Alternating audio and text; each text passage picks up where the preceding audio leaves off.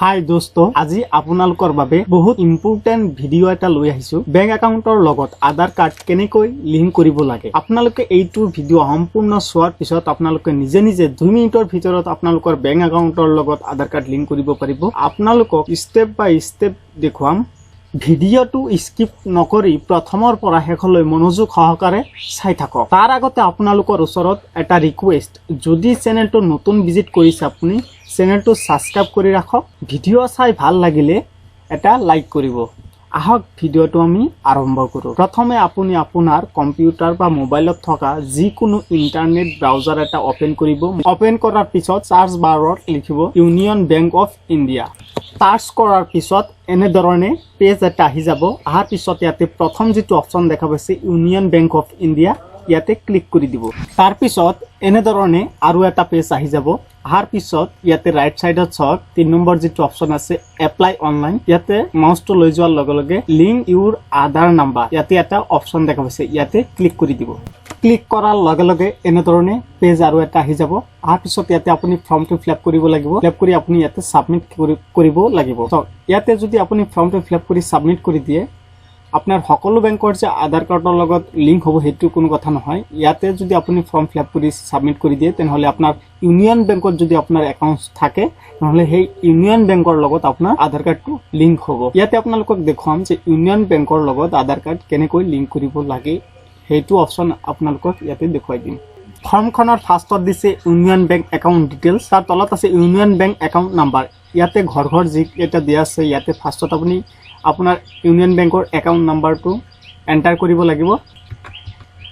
এনেকৈ এটা বাকচত তিনিটাকৈ সংখ্যা লিখি আপুনি একাউণ্ট নাম্বাৰটো লিখিব লাগিব ইয়াতে একাউণ্ট নাম্বাৰটো লিখাৰ পিছত চাওক তাৰ তলৰ অপচনত দিয়া আছে ৰি enter union bank account number ইয়াতে আপুনি আকৌ আপোনাৰ একাউণ্ট নাম্বাৰটো এন্টাৰ কৰিব লাগিব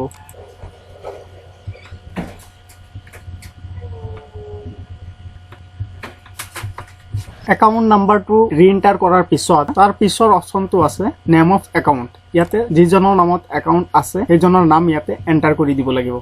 এনেকৈ আপুনি ইউনিয়ন বেংক একাউণ্ট ডিটেইলছ আপুনি ইয়াতে এন্টাৰ কৰিব তাৰ পিছত আপুনি ফিলআপ কৰিব ইয়াতে আধাৰ ডিটেইলছ ফাৰ্ষ্টত দিয়া আছে আধাৰ নাম্বাৰটো ইয়াতে এন্টাৰ কৰিব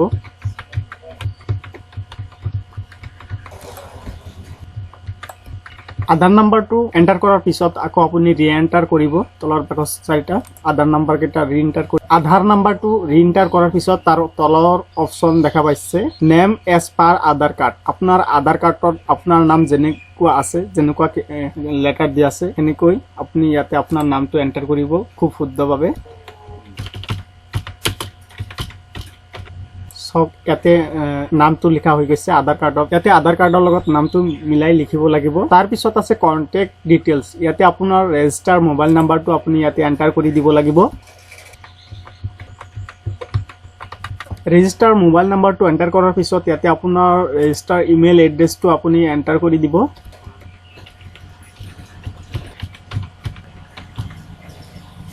এনেকৈ আপোনালোকে আপোনাৰ নিজৰ ইমেইল এড্ৰেছটো এন্টাৰ কৰিব এন্টাৰ কৰাৰ পিছত ডাইৰেক্ট সাবমিট অপচনত ক্লিক কৰি দিব এতিয়া সাবমিট হৈ গৈছে সাবমিট হোৱাৰ লগে লগে ইয়াতে চাওক your union bank account number and Aadhaar number submitted successfully গতিকে আপোনালোকে এনে ধৰণে একাউণ্টৰ লগত আধাৰ কাৰ্ডটো লিংক কৰিব পাৰে